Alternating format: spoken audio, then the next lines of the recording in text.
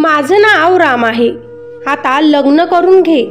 मला घरातील कामे आता होत नाहीत, असे आई म्हणायची. म्हणून आईनं मला मुलगी बघण्याचं काम चालू केलं होतं. कारण माझ्याही आईचे आता वय झाले होते. वडिलांचा हात आमच्या डोक्यावर नव्हता. सगळी जबाबदारी तर माझ्याच खांद्यावर होती. पण घरी आईकडे सुद्धा कुणी लक्ष देणारं असावं, तिच्या पण कामात कुणी हातभार लावावा, म्हणून आईच्या मदतीसाठी मी लग्न करण्याचा विचार केला होता. माझ्यासाठी बरीच स्थळं आली होती. त्याच्यापैकी काही आम्हाला आवडली नाही, तर काहींना मी आवडलो नाही. कारण माझ्या डोक्यावर माझ्या बापाचा हात नव्हता. म्हणून मी ज्या कंपनीमध्ये काम करायचो तिथेच माझा मित्र रोहितसुद्धा काम करत होता. एक दिवस असंच सुट्टी झाल्यानंतर मी माझ्या लग्नाचा विषय त्याच्यासमोर मांडला. मला बायको तर हवीच आहे, पण त्यापेक्षा माझ्या आईला घरामध्ये सून हवी आहे, हा विचार मी त्याला सांगितला. त्यानं लगेचच मला एक स्थळ दाखवलं. मुलगी खूप चांगली आहे, तिच्या घरीही खूप चांगलं आहे, मी ओळखतो तिला, अशा बऱ्याच काही गोष्टी मुलीबद्दल त्यानं मला सांगितल्या. आणि मी त्याच गावातील आहे, नोकरीसाठी इकडे शहरात आलो आहे.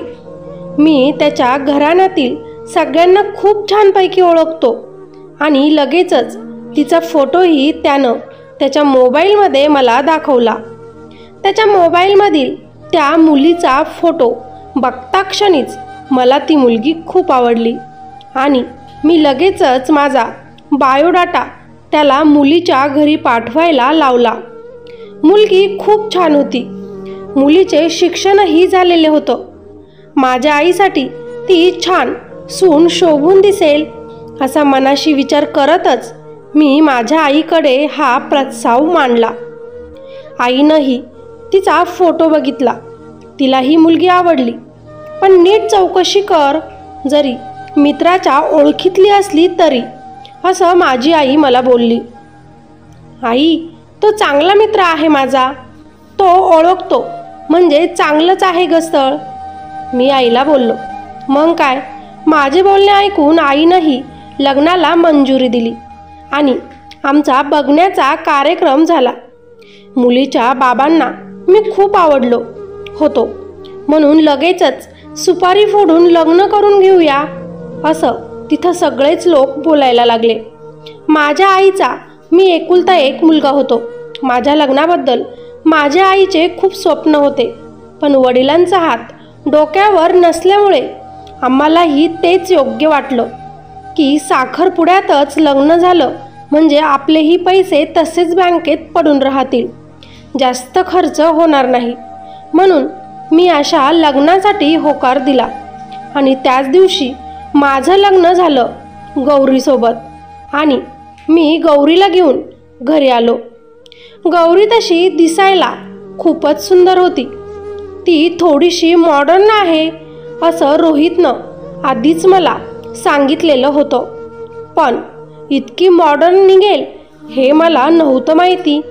खरं तर कुठल्याही नवऱ्याला आपली बायको जर खूप सुंदर दिसत असेल तरीसुद्धा ती साडीतच खूप आवडते. गौरीला घरी घेऊन आल्यावर माझ्या आईनं आमचा गृहप्रवेश केला. आता मी आणि गौरी आमच्या रूममध्ये गेलो. लांबचा प्रवास होता, लग्न झालं होतं आमचं, तेही असं अचानकच सगळं काही घडलं होतं. म्हणून आम्ही सगळे थकलेलो होतो. गौरीची बॅग मी रूममध्ये आणून ठेवली. लगेचच तिने बॅग ओपन केली आणि त्याच्यातून तिचा एक शॉर्ट टॉप आणि शॉर्ट पॅन्ट काढली. बाथरूम कुठे आहे मला विचारलं. फ्रेश होऊन चेंजिंग रूममध्ये जाऊन ड्रेस चेंज करून आली. मला तर वाटलं होतं खेड्यागावाकडील मुलगी आहे ही, आधी थोडंसं लाजेल, थोडंसं माझ्यासोबत बोलण्याचा प्रयत्न करेल स्वतःहून आणि मला समजून पण घेईल. पण गौरी तर अजिबात तशी नव्हती. ती चेंजिंग रूममध्ये जेव्हा गेली ती गौरी बनून नवीन नवरी बनून आणि रूममधून बाहेर आली तेव्हा ती गौरी वाटतच नव्हती. बाहेर आल्यावर मी तर फक्त तिच्याकडे बघतच राहिलो. मला माझ्या डोळ्यांवर विश्वास बसत नव्हता, कारण गौरी त्या शॉर्ट टॉप आणि पॅन्टमध्ये खूपच सुंदर आणि छान दिसत होती, एकदम मॉडर्न. तिला कुठल्याही प्रकारची लाज वाटत नव्हती. ती तिच्या धुंदीतच तिचं सगळं आवरत होती. मी मनातच विचार केला, ही शिकलेली मुलगी आहे. त्यात रोहित बोललाच होता की ती खूप मॉडर्न आहे, पण इतकी मॉडर्न असेल हा मी स्वप्नातही विचार केला नव्हता. तिने हे सगळं करत असताना एकदाही मला बघितले नव्हते. तिचं आवरून झालं आणि ती बेडवर येऊन बसली. मी तिच्याकडे एकटक बघतच होतो. तितक्यातच तिनेही मला बघितलं आणि विचारलं, काय झालं तुला? असं काय बघतो आहेस? मुलगी बघितली नाही का कधी?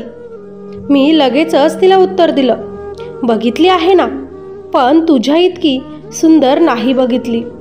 मला तर तिची स्तुती करून तिला जवळ घ्यायचं होतं, पण तिने ऐकून न ऐकल्यासारखं केलं आणि मला आता झोप येत आहे. खूप खूप थकली आहे मी, म्हणून लगेचच ब्लँकेट अंगावर घेऊन तिनं झोपून घेतलं. मला तर प्रचंड राग आला की माझ्यासोबत बोलायचं सोडून तिला झोपणं महत्त्वाचे आहे. पण आजच लग्न झालं, तेही इतकं घाईत, तेही साखरपुड्यातच. तिच्याही खूप इच्छा असेल तिच्या लग्नाबद्दल. खरंच थकली असेल ती, असा विचार करून मीही शांततेत झोपून घेतलं. मी सकाळी उठलो, ऑफिससाठी आवरलं आणि बाहेर आलो. आईनं देवपूजा करायला लावली म्हणून मी देवघरात गेलो. माझी आई स्वतःशीच बोलत होती. आता सूनबाई आली मला. आज तिचा घरात पहिला दिवस. तिला पहिल्यांदी किचनमध्ये काहीतरी गोड पदार्थ बनवावा लागेल. तिला घरच्या काही जुन्या नवीन रूढी परंपरा समजावून सांगाव्या लागतील. काही प्रथा असतात त्या करून घ्याव्या लागतील. एकदा की तिनं माझं घर आणि माझ्या मुलाला, माझ्या रामला सांभाळलं म्हणजे मी मुक्त एकदाची या संसारातून. आई स्वतःसोबत बोलत स्वतःशीच हसत होती. माझी बायको गौरी अजूनही झोपलेली होती, पण मला माहिती होतं, म्हणून मी तिला लवकर जाग यावी यासाठी तिच्याजवळ अलार्म सेट करून आलो होतो.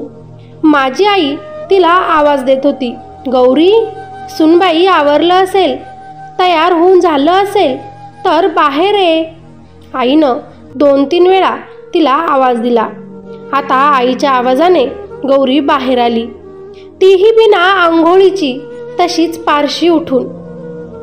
माझी आई तिच्याकडे आता बघतच राहिली आणि तिला बोलली, गौरी, हे काय घातले तू? आणि अजून आंघोळ केली नाहीस का? घरातील सून आहेस तू आता, आणि हे काय घातलेस तू? इतके छोटे कपडे घरामध्ये घालून फिरत आहेस. तुला काही शिकवलं नाही का तुझ्या माहेरी? आज तुला किचनमध्ये गोड पदार्थ बनवायचा आहे. पूजा होणार आहे सत्यनारायणाची, आणि तू हे असं फिरत आहेस, तेही छोट्या कपड्यांमध्ये. माझी आई वारंवार तिला तेच बोलत होती. आता मात्र गौरी लगेचच बोलायला लागली, या कपड्यांना काय झालं? मी बिना कपड्यांचं तर फिरत नाही आहे ना या घरात, आणि मी अशीच आहे आणि अशीच राहील. मला मॉडर्न राहायला आवडतं. आणि माझी आई लगेचच तिला बोलली, पण इथे चालणार नाही, हे माझं घर आहे. इथे साडी घालावी लागेल तुला, आणि नाही जमलं साडीत काम तर कधी कधी सलवार सूट घालू शकतेस तू, पण असे कपडे इथे घालणं चालणार नाही. आई असं बोलल्यावर गौरी मात्र तू मे करायला लागली. मला तर टेन्शनच आलं. एकीकडे माझी आई तर दुसरीकडे बायको होती. आता मी कसं काय आईकडून किंवा गौरीकडून बाजू घेऊन बोलू शकतो? कारण आपली ही संस्कृतीच आहे. घरातील सून ही साडीवरच शोभून दिसते काही कार्यक्रमांमध्ये किंवा सणासुदीच्या दिवशी. आणि ड्रेस घालायचा म्हटलंच तर एक छान सलवार सूट लेडीज घालू शकते सासरी. पण असे छोटे कपडे असे घरात घातले म्हटल्यावर कोणतीही सासू नावच ठेवेल ना. आता मी पूजा करून बाहेर आलो होतो आणि लगेचच गौरीला बोललो, गौरी, आई बोलत आहे ते तुला ऐकावंच लागेल. आज पूजा आहे, तुला साडी घालावी लागेल. जा फ्रेश होऊन साडी घालून बाहेर ये. तिनं रागानेच माझ्याकडे बघितलं आणि आत जोरात पाय आपटत मध्ये गेली. थोड्या वेळाने ती तयार होऊन साडी घालून बाहेर आली. सत्यनारायणाची पूजा झाली. सगळे पाहुणे ज्याच्या त्याच्या घरी गेलेत. गौरी ही रूममध्ये आराम करायला गेली. दुपारी 4 वाजता ती परत सकाळच्या त्याच कपड्यांमध्ये बाहेर आली आणि माझ्या आईला बोलू लागली, मला नाश्ता द्या काहीतरी, मला भूक लागली आहे आणि मला काम करायची सवय नाही जास्त. माझ्या आईला तर टेन्शन आलं की ही कसली सून माझ्या मुलाने घरात आणली. माझ्या रामचं आता कसं होईल. पण 4 लोकांमध्ये नाव खराब होऊ नये म्हणून माझी आई तिच्या ह्या काही गोष्टी लपवायला लागली. आता लग्नाला 15 दिवस होऊन गेले होते. माझ्यात आणि माझ्या बायकोमध्ये अजूनही प्रेम नव्हतं की प्रेमाचे नवरा बायकोचे संबंधही नव्हते. ती मला कधीच तिच्या अंगाला हात लावून द्यायची नाही. मी काही बोलायला गेलोच तर लगेचच म्हणायची, एका दिवसातच लग्न झालं आहे आपलं. ना तुला माझ्याबद्दल काही माहिती आहे आणि नाही मला तुझ्याबद्दल. असं कसं जवळ येऊ देणार मी तुला. मला हे लग्न करायचंच नव्हतं, पण माझ्या वडिलांनी बळजबरी माझं लग्न तुमच्या घरामध्ये करून दिलं आहे. राम, मला वेळ हवा आहे अजून. यामध्ये माझी काहीही एक चूक नाही. मी तिला बघतच होतो की ती पुढे बोलली, हे बघ राम, त्याच्यामुळे मी स्वतःला अजिबातही इथे बदलणार नाही. मी अशीच आहे आणि अशीच राहील. आता तर माझं डोकं काहीच चाले ना तिच्या पुढे. माझी आई आता मला बोलू लागली होती, ही कोणती मुलगी तुला मिळाली लग्न करण्यासाठी राम. यापेक्षा तुझं लग्न झालं नसतं ते चांगलं झालं असतं. दुसरी तरी मिळाली असती एखादी चांगली. आता कसं होईल तुझं, आपल्या ह्या कुटुंबाचं. आज आहे मी, पण पुढे मागे मला काही झालं तर कसं होईल सगळं. मला तुझी खूप काळजी वाटत आहे आता. आई टेन्शन घेऊन मला बोलू लागली. मी आईला बोललो, सगळं ठीक होईल आई, काळजी करू नकोस. नवीन आहे ती, जमेल तिला हळूहळू. आई लगेचच मला बोलली, एक काम कर, तू तिच्यासोबत प्रेमाने बोल, तिला समजाव. या सगळ्या गोष्टींवर उपचार म्हणजे फक्त आता प्रेमच आहे. आता तुझं प्रेमच तिला सरळ कळू शकतं. बाकी सगळं देवावर सोड. मी आईला हो बोललो आणि माझ्या रूममध्ये गेलो. माझी बायको बेडवर झोपलेली होती. मी विचार केला, मी गौरीसोबत रोमांस केला, एक पती पत्नीचं नातं जे असतं ते बनवलं तर नक्कीच गौरीही माझ्या प्रेमात पडेल, माझ्या घराला आपलं स्वतःचं घर मानेल. म्हणून मी हळूहळू तिच्याकडे झुकू लागलो. तिच्या त्या उघड्या अंगावरून हात फिरवू लागलो. तितक्यातच तिला जाग आली आणि ती जोरातच रागात मला बोलली, हे काय करत आहेस तू राम. माझ्या मर्जीशिवाय माझ्या अंगालाही हात लावायचा नाहीस तू, समजलं तुला. हिम्मत कशी झाली मला हात लावायची. तोच मी तिला बोललो, मी तुझा नवरा आहे गौरी. मग काय झालं, नवरा आहेस तर. तरीसुद्धा माझ्या अंगाला हात अजिबात लावायचा नाहीस. ती रागातच बोलून परत उजव्या साईडला तोंड करून झोपून घेते. मला तर तिचं असे बोलणे ऐकून पुढे काय बोलावं तेच समजत नव्हतं. तिचं माझ्यासोबत बळजबरीने लग्न झालंय मला आठवलं. माझं मात्र खूप मन भरून आलं आणि मी पळतच माझ्या आईच्या रूममध्ये आलो आणि रडायला लागलो. आईने लगेचच ओळखलं की मला काय झालंय.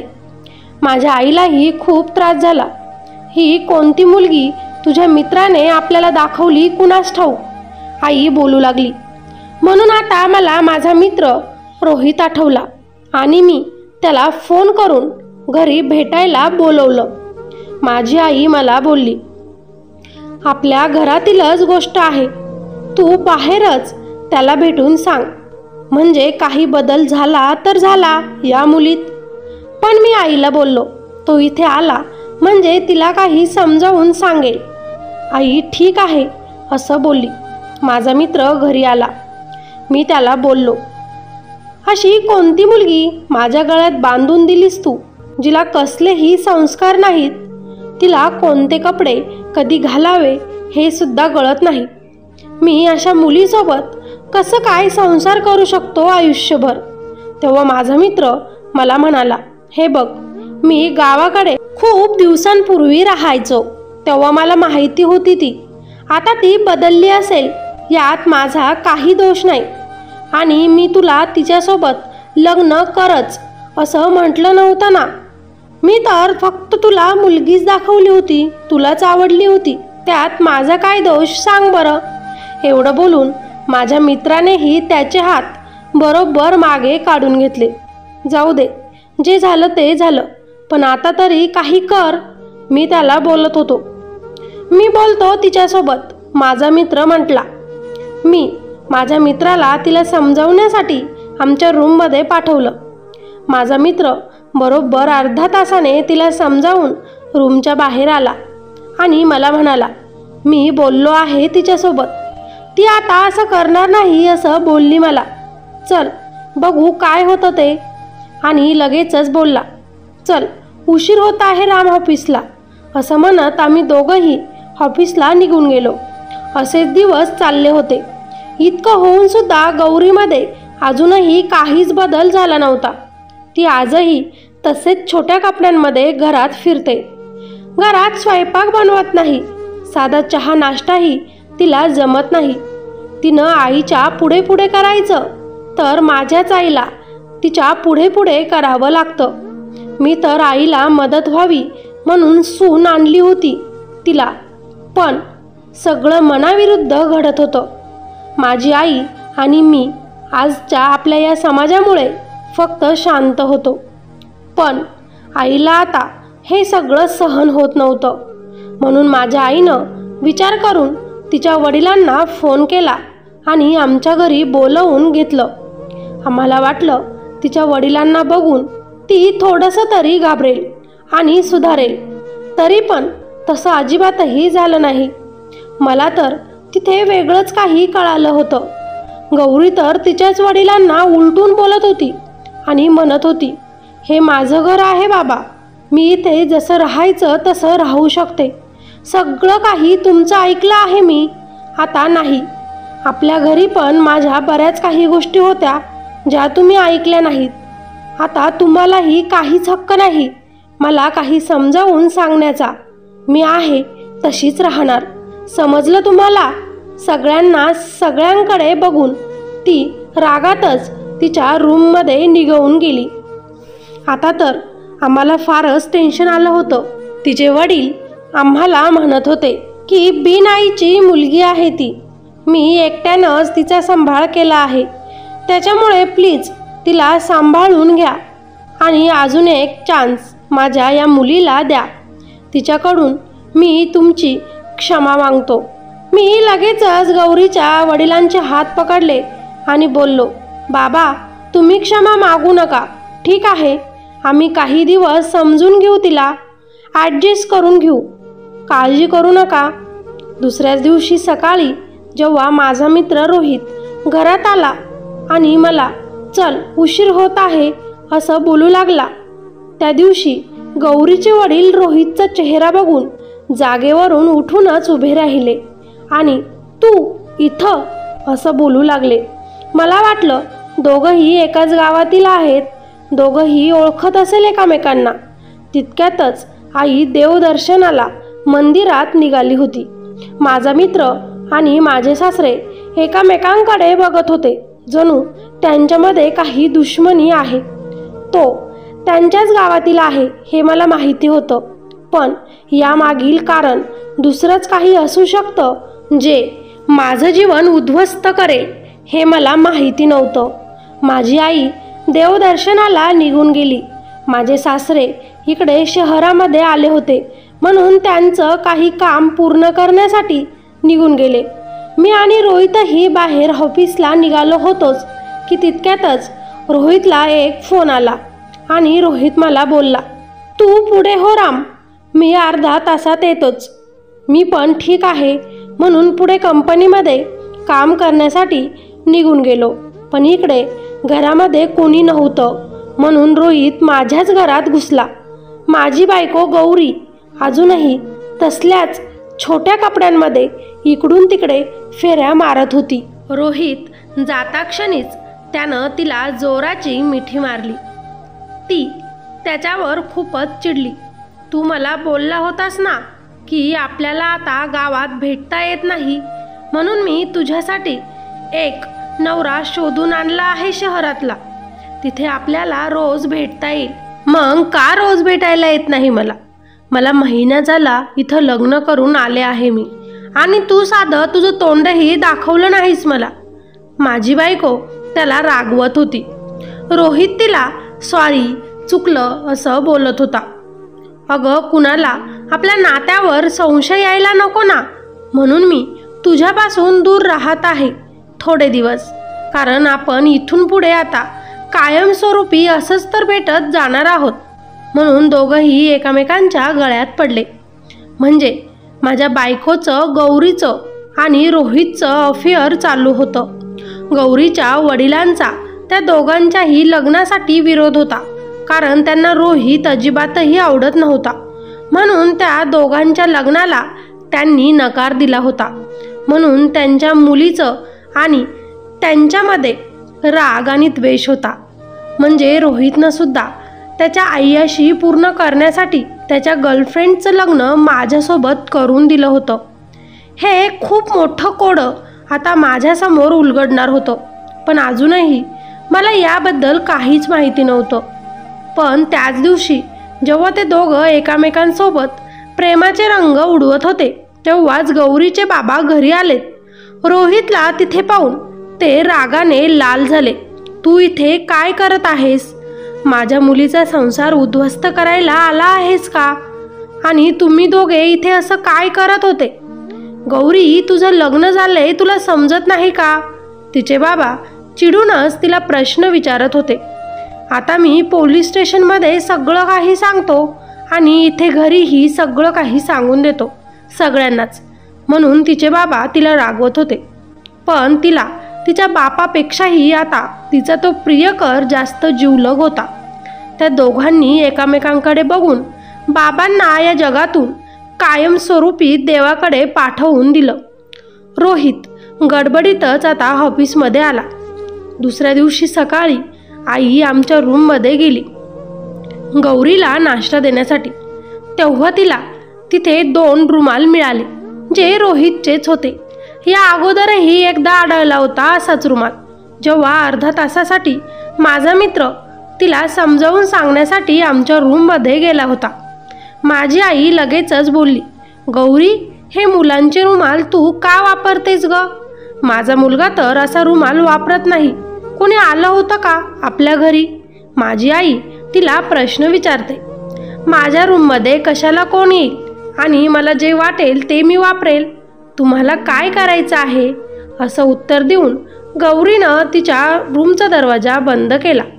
पण आई ते रुमाल बाहेर घेऊन आली होती आणि मला म्हणत होती की राम मला तरी काहीतरी वेगळंच वाटत आहे रे. पण काय चालू आहे ते माझ्या मनाला नीट कळत नाही आहे. त्याच दिवशी माझा मित्र बाहेर माझी वाट बघत उभा होता. वरतून माझ्या शर्टवर पाणी पडलं म्हणून त्यानं त्याच्या खिशात हात घालून रुमाल काढला आणि शर्टवरील पाणी पुसलं.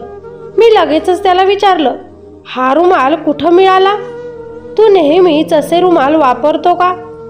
माझ्या मनातले प्रश्न कदाचित त्याला कळाले नसेल म्हणून तो बोलला, हो मला असेच रुमाल आवडतात. तुला पाहिजे असेल तर सांग, मागून घेईल मी अजून. मी त्याला बोललो, नाही मी सहजच विचारलं. पण माझ्या मनात कुठेतरी माझ्या बायकोबद्दल आणि त्याच्याबद्दल काहीतरी वाईट विचार यायला लागले. आता रोजच तो हाफ डे घेऊन माझ्या घरी यायचा. माझी आई आराम करत तिच्या रूममध्ये असायची. हे गौरी बघून घ्यायची आणि त्याला फोन करून बोलवायची आणि तो लगेचच घरी यायचा. तो माझ्या बायकोला भेटून परत एकदा ऑफिसला यायचा. हे असं कित्येक दिवस चालूच होतं. मी जेव्हा इथून काम करून थकून घरी जायचो, जेवण करून रूममध्ये जायचो, माझ्या बायकोला स्पर्श करण्याचा प्रयत्न करायचो, पण ती कधीच मला तिच्या अंगाला हात लावून द्यायची नाही. कसलीही धमकी देऊन मला ती टाळायची. त्यामुळे मीही आता तिचा विषय इथेच सोडून दिला होता. जे चालू आहे ते चालूच होतं. न आईला ती कसली मदत करत कामात, न मला ती नवऱ्याचा हक्क देत. आमच्यात तर साधं प्रेम पण नव्हतं एकमेकांवर. म्हणून मला पण तिच्यासोबत लग्न करून आता पस्तावा येत होता, राग येत होता. पण एक दिवस ती अचानकच माझ्याजवळ येऊन मला हात लावू लागली आणि माझ्यासोबत ती प्रेमानं बोलू लागली. पण तेव्हा मला तिचा राग येत होता खूप, कारण ती माझ्या आईला कुठल्याही प्रकारची कामांमध्ये मदत करायची नाही. माझ्या आईला उलटून बोलायची म्हणून ती माझ्याजवळ येत होती, पण यासाठी की मी तिला महिन्याचे 50,000 रुपये तिच्या शॉपिंगसाठी तिला द्यावे. म्हणजेच ती एक बायको म्हणून माझे जे काही हक्क आहे ते मला सगळे देईल. पण मला तिचा असा पैशांवर मोजलेला हक्क आता नको होता. मी तिला बोललो की हे बघ गौरी, पूर्ण 50,000 माझा फक्त पगार आहे आणि त्याच्यामध्येच मला पूर्ण घर चालवावं लागतं. त्यामुळे मी तुला पैसे देऊ शकत नाही इतके. तुला जायचं असेल सोडून तर तू बिंदास जा. खरंच तू तुझ्या वडिलांच्या घरी निघून जा. पण तिनं साफ नकार दिला मला. ती तिच्या वडिलांच्या घरी जायला तयार नव्हती. असे दिवस चालले होते. माझ्या नजरेआड माझा मित्र आणि माझी बायको मला धोका देत होते आणि माझ्याच घरात माझी बायको माझ्याच बेडवर माझ्या मित्रासोबत. असेच एक दिवस आम्ही दोघंही निवांत ऑफिसच्या कॅन्टीनमध्ये भेटलो. मी त्याला विचारलं, तू आता ऑफिसला खूपच हाफ डे घेत असतो रे. सुट्ट्या पण चालूच असतात तुझ्या. काही गर्लफ्रेंडचा चक्कर नाही ना? तो हसूनच मला बोलला, लग्न करून काय होतं मी तुझ्याकडे बघून शिकलो आहे. त्यामुळे मला लग्न करायचं नाही बाबा. एक आहे गर्लफ्रेंड माझी, तीच बायकोसारखी आहे. इतकं म्हणून त्यानं विषय टाळला. मी मात्र त्याच विचारात होतो की मी लग्न करून किती मोठी चुकी केली. त्याच्या दुसऱ्या दिवशी मी नेहमीप्रमाणे माझ्या ऑफिसला निघून गेलो. माझी आई देवपूजा करायला मंदिरात गेली, पण अचानक आईची तब्येत थोडीशी खराब झाली म्हणून ती अर्ध्या रस्त्यावरूनच माघारी परत घरी आली. माझ्या बायकोच्या रूममधून हसण्याचा आवाज आईला आला म्हणून माझी आई ते बघण्यासाठी माझ्या रूमकडे गेली. तिनं जे बघितलं तिच्या पायाखालची जमीन सरकली, कारण माझा मित्र आणि माझी बायको एकामेकांच्या मिठीत बेडवर पडले होते. त्यांना असं बघून माझी आई जोरातच त्यांना ओरडली, तू तर माझ्या मुलाचा मित्र आहेस ना रे. तो किती विश्वास करतो तुझ्यावर. माझ्या रामनं तुझ्या एका सांगण्यावरून त्या मुलीशी लग्न केलं आणि तू काय केलं? तुझी ही गर्लफ्रेंड माझ्या मुलाची बायको म्हणून आमच्या घरात पाठवून दिलीस, जेणेकरून ती आमच्यासोबत असं वाईट वागेल. समाजाच्या भीतीनं आम्ही तिला कोणीच काही बोलणार नाही आणि मग तुम्हा दोघांचंही रान मोकळं. मी हे अजिबात आता सहन करून घेणार नाही. माझ्या मुलाला आत्ताच्या आत्ता सगळं काही मी सांगेन. आई बोलतच होती, गौरी तू तुझी बॅग भर आणि आमच्या घरातून आत्ताच्या आत्ता निघून जा. माझी आई खूप चिडली होती आणि मला फोन करत होती. माझ्या आईला दम्याचा त्रास होता. तिला टेन्शन आलं की तो त्रास खूपच वाढायचा. माझ्या मित्राने आणि माझ्या बायकोने त्याच गोष्टीचा फायदा घेतला. तिचं इन्हेलर आईपासून हिसकावून घेतलं. आई वारंवार मला फोन करत राहिली आणि म्हणत होती फक्त घरी लवकर ये राम, मला तुझ्याशी महत्त्वाचं बोलायचं आहे. पण मी घरी जाईपर्यंत माझी आई मला सोडून निघून गेली होती. तेव्हा मी खूपच रडलो. मला खूप वाईट वाटलं की एक आई तर होती माझी, जी माझी खूप काळजी घ्यायची, मला जीव लावायची, माझ्यावर खूप प्रेम करायची. आता तर ती पण मला सोडून देवाकडे गेली. आता माझं कसं होईल म्हणून मी खूप डिप्रेशनमध्ये गेलो. पण माझ्या बायकोच्या चेहऱ्यावर अजिबातही दुःख नव्हतं. पण माझी आई मात्र फोनवर बोलता बोलता मला बोलून गेली होती की मित्रच मित्रांचे राहत नाही, धोका देतात. तिला काय बोलायचं होतं मला तेव्हा समजलं नव्हतं, पण तिचे ते शब्द सारखं माझ्या डोक्यांमध्ये फिरत होते. म्हणून मी माझ्या बायकोवर नजर ठेवायची ठरवलं होतं. माझ्या मित्रावरही मी नजर ठेवत होतो, कारण आई अशी अचानकच आमच्यातून निघून जाणं, गौरीच्या बाबांचा काहीही तपास न लागणे, त्यांचा फोन न लागणे कुठेतरी मनाला चटका लावत होतं. एक दिवस ती फोनवर बोलत होती, आता तर आपल्या रस्त्यामध्ये कोणीही राहिलं नाही, ना माझा बाप ना त्याची आई. आता आपल्यालाही कधीही कोणीच सापडू शकत नाही आणि दूरही करू शकत नाही. आपण नेहमीच आता असा रोमांस करू शकतो.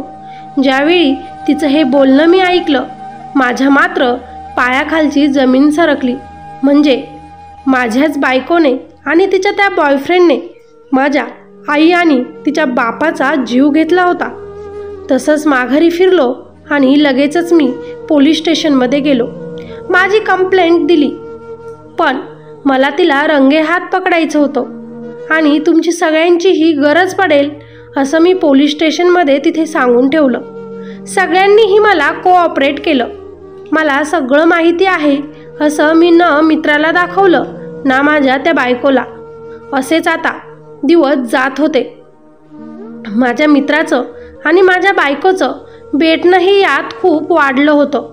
एक दिवस माझा मित्र मला बरं वाटत नाही म्हणून मी आज येत नाही ऑफिसला, तू जा म्हणून मला बोलला. मी कंपनीच्या रस्त्याला निघालो. पण गाडीच्या आरशामधून जेव्हा मागे माझं लक्ष गेलं तर बघितलं माझा मित्र माझ्या घराच्या दिशेनं आपली गाडी घेऊन चालला होता. माझ्या डोक्यात लगेचच आले. मी तशीच गाडी मागे फिरवली. आता माझा मित्र माझ्या घरामध्ये गेला होता. माझ्या बेडरूमपर्यंत तो पोहोचला होता. मी लगेचच पोलीस स्टेशनमध्ये फोन केला आणि त्यांची टीम तिथे बोलवून घेतली. कारण यांचा काय भरवसा, हे मला पण मारून टाकतील दोघं. मी जेव्हा घरात गेलो तेव्हा माझा मित्र आणि माझी बायको एकामेकांसोबत प्रेम करत होते. माझ्या तर हृदयाचे ठोकेच बंद पडले असंच मला वाटलं जेव्हा त्या दोघांना मी असं बघितलं. हा तर माझा बेस्ट फ्रेंड होता. त्यानेच मला ही मुलगी दाखवली लग्न करण्यासाठी आणि मला किती समजावलं. जर त्याचं या मुलीसोबत प्रेम होतं तर त्यानं तिच्यासोबत लग्न करायचं होतं ना. तिचं लग्न माझ्यासोबत करून माझी लाईफ का बर्बाद केली, असे अनेक प्रश्न माझ्या मनात आता येत होते. म्हणून हा लग्न करायचं नाही असं म्हणतो. आता माझी बायको त्याला म्हणत होती, गावामध्ये आपल्या दोघांचीही भेट जास्त होऊ शकत नव्हती आणि त्यातच बाबांनी तुला आणि मला मळ्यात बघितलं म्हणून बाबांनी लग्नाची खूपच घाई केली माझ्या. त्यातच तू तुझ्या काकांमार्फत मला तुझ्या या मित्राचं रामचं स्थळ पाठवलं आणि मलाही समजवलं की तू लग्न करून घे. आपल्या दोघांचेही प्रेम हे असंच कायम पुढे चालू राहील. आपल्याला फक्त ह्याच गोष्टी लागतात, त्या आपल्याला आयुष्यभर आता चालतील. आणि किती छान ना, आपल्यात हे सगळं खरंच होत आहे. मी त्या रामसोबत लग्न तर केलं, पण अजूनही मी त्याला माझ्या अंगालाही हातही लावू दिला नाही. कारण मी फक्त तुझ्यावरच प्रेम करते आणि फक्त तूच एक माझा आहे. माझं तुझ्यावर प्रेम आहे. आयुष्यभर तुझ्यासोबत अशाच नात्यात राहील, पण तुला दूर जाऊ देणार नाही. कारण प्रेम करते तुझ्यावर खूप. हवं तर तुझ्याच मुलांना मी जन्म देईल आणि रामचं नाव सांगेल. इतकं खराब विचार करून दोघंही असतात. म्हणजे मुलापर्यंत इथपर्यंत त्यांच्या गोष्टी चालू होत्या, पण आता मला त्या ऐकवल्या जात नव्हत्या. म्हणून मी जोरातच तो रूमचा दरवाजा उघडला. दोघंही खूप घाबरले होते मला बघून. मी तर माझ्या मित्राची कॉलर पकडली आणि त्याला बोललो, ही जर तुझी गर्लफ्रेंड होती ना, तुला इतकी आवडत होती, ती तुझ्यावर इतकं प्रेम करते, तर तू तिच्यासोबत लग्न का केलं नाहीस? माझं लग्न तिच्यासोबत का लावून दिलंस? मला का असा धोका दिला? तेव्हा त्या दोघांनी परत एकदा एकामेकांकडे बघितलं आणि त्यांनी दोघांनी लगेचच मला कॉटवर पाडलं आणि ती बोलली, गौरी, ती पिलो दे ग, यालाही त्याच्या आईकडे आणि त्याच्या सासऱ्याकडे पाठवून द्यावं लागेल वाटतं, असा माझा मित्र बोलला. बापरे, म्हणजे माझ्या आईला आणि तिच्या स्वतःच्या बापाला तिनं या जगातून फक्त या प्रेमासाठी, या काही शारीरिक गरजा पूर्ण करण्यासाठी कायमस्वरूपी देवाच्या घरी पाठवून दिलं.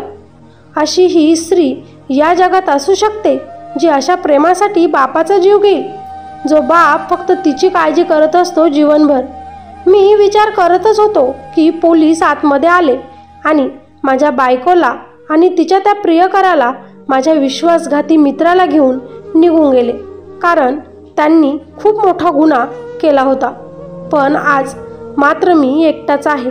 काश जर मी माझ्या मित्राचं ऐकलं नसतं आणि त्या मुलीसोबत लग्न केलं नसतं, तर माझी आई आज जिवंत असती आणि माझ्यासाठी एखादी दुसरी मुलगी माझी बायको म्हणून ती घरात घेऊन आली असती आणि माझा संसार सुखात चालू असता, माझे कुटुंब सुखी असते. पण आज मात्र मित्रावर विश्वास ठेवून बसलो आणि स्वतःच्या आयुष्याचं मी वाटोळं केलं. मित्र आणि मैत्रिणींनो, या गोष्टीचं तात्पर्य फक्त एकच आहे. लग्न करायचं असेल तर मुलगी असो की मुलगा, त्यांची पूर्ण पडताळणी करूनच करा.